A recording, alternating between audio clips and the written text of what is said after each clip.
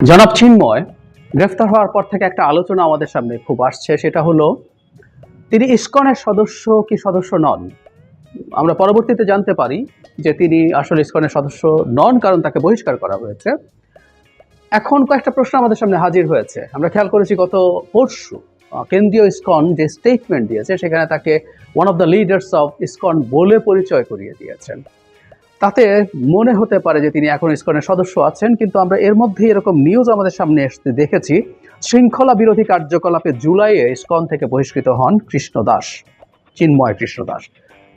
জুলাই মাসে, মানে ওই সময় শেখ হাসিনা ক্ষমতায় ছিলেন। এমন না যে সাম্প্রতিক ঘটনা প্রবাহের কারণে কোনো ক্ষেত্রে এই পদক্ষেপ নেওয়া হয়েছে। তাহলে আমাদের সামনে কয়েকটা গুরুত্বপূর্ণ প্রশ্ন আছে।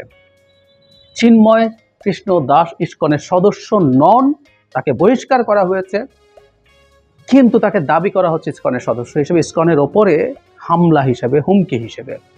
আমরা বাংলাদেশে যে ইসকন আছে তাদের কাছ থেকে আমরা এটার ব্যাপারে খুব স্পষ্ট একটা মতামত জানতে চাইব। সেটা হচ্ছে, কেন চিন্ময় কৃষ্ণদাসকে বহিষ্কার করা হয়েছিল, শৃঙ্খলা বিরোধী যে কাজ সেইটা কি ছিল।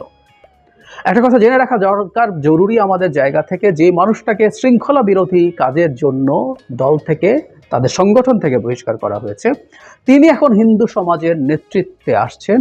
সনাতনী জাগরণী জোট নামে যে সংগঠনটা তৈরি হয়েছে সেটা। এবং উনি বহিষ্কৃত হওয়ার কারণে অবশ্য আরেকটা আলোচনা আমাদের সামনে আসবে, এখনকার যে তার কর্মকাণ্ড, তার দায় দায়িত্ব ইসকনের থাকবে কিনা। সো ইসকন বাংলাদেশ যে সংগঠনটা আছে তারা তাদের জায়গা থেকে এই ব্যাপারে খুব স্পষ্ট বার্তা জনগণের সামনে দিতে হবে এবং তাদেরকে এটা নিশ্চিত করতে হবে, আমি আগেও বলেছি যে কথাটা, যে কোন শৃঙ্খলা বিরোধী কাজের জন্য জনাব চিন্ময়কে বহিষ্কার করা হয়েছে সেটা জানানো এবং তাদের কাছ থেকে ইসকনকে আলাদা করতে হবে। একটা কথা আমরা বলবই, এর মধ্যে আমরা খেয়াল করছি বহু জায়গা থেকে বাংলাদেশে ইসকনকে গ্রেফতার করার দাবি উঠতে শুরু করে, ইসকনকে নিষিদ্ধ করার দাবি উঠতে শুরু করেছে।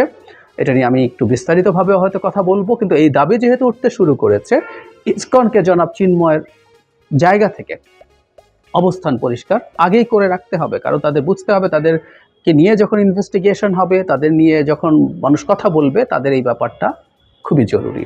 একটা কথা মনে রাখতে হবে, সেটা হলো পাবলিক পারসেপশন সামহাউ ওই দিকেই গেছে। এবং আমাদের মনে থাকার কথা যে কিছুদিন আগে একবার হিন্দু সম্প্রদায়ের বেশ কিছু স্থাপনার উপরে যখন হামলা হয়েছিল, নোয়াখালীতে একটা ইসকন মন্দিরে হামলা করা হয়েছিল এবং ভাঙচুর করা হয়েছিল, ক্ষয়ক্ষতি করা হয়েছিল। সুতরাং পাবলিক পারসেপশনের মধ্যে এটা এক্সিস্ট করে। বর্তমানে বাংলাদেশে যে বিস্ফোরণমুখ পরিস্থিতি তৈরি করার চেষ্টা করা হচ্ছে, সেখানে ইসকন একটা ফ্যাক্টর হিসাবে হাজির হয়েছে।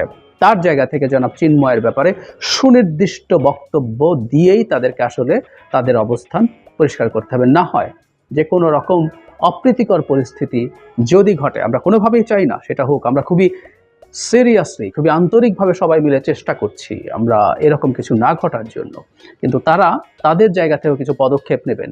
একটা কথা মনে রাখা খুব জরুরি, বাংলাদেশে কোনো সাম্প্রদায়িক দাঙ্গা হবে কি হবে না বা সেটা ঠেকানোর একমাত্র দায় মুসলিম সম্প্রদায়ের না।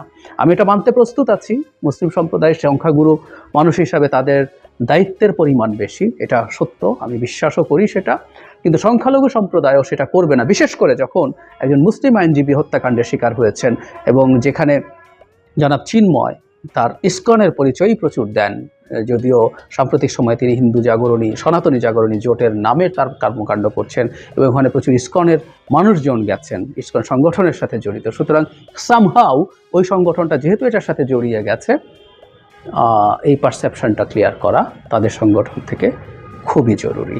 এবং বাংলাদেশের ইসকন যারা আছেন তাদের উচিত কেন্দ্রীয় ইসকনের সাথে যোগাযোগ করে এটুকু তাদেরকে জানানো যে জনাব চিন্ময় কোনোভাবেই ইসকনের সাথে নেই, এই ভুলটা ঠিক করা এবং সেই স্টেটমেন্ট দেয়া। তারা কোনো হিন্দু সম্প্রদায়ের মানুষ কেননা কোনোভাবে তাদের বিচারে যদি মনে করেন যে অন্যায় অবিচারের শিকার হচ্ছেন, সেটা নিয়ে কথা বলতে পারেন, কিন্তু ডিসইনফরমেশন তারা ছড়াচ্ছেন যে তিনি ইসকনের সদস্য। এবং আবারও বলছি, বাংলাদেশের ইসকনকে এই জিনিসটা ক্ল্যারিফাই করতে হবে এবং এই শুদ্ধ করে কেন্দ্রীয় ইসকনকে দিয়ে সেটা স্টেটমেন্টের ব্যবস্থা করা উচিত হবে, যদি তারা মনে করেন বাংলাদেশে তারা তাদের কার্যক্রম ঠিকঠাক মতো চালিয়ে যেতে চান। তাদের এই ব্যাপারগুলোতে সতর্কভাবে বিবেচনা করে খুব দ্রুত পদক্ষেপ নেওয়া দরকার।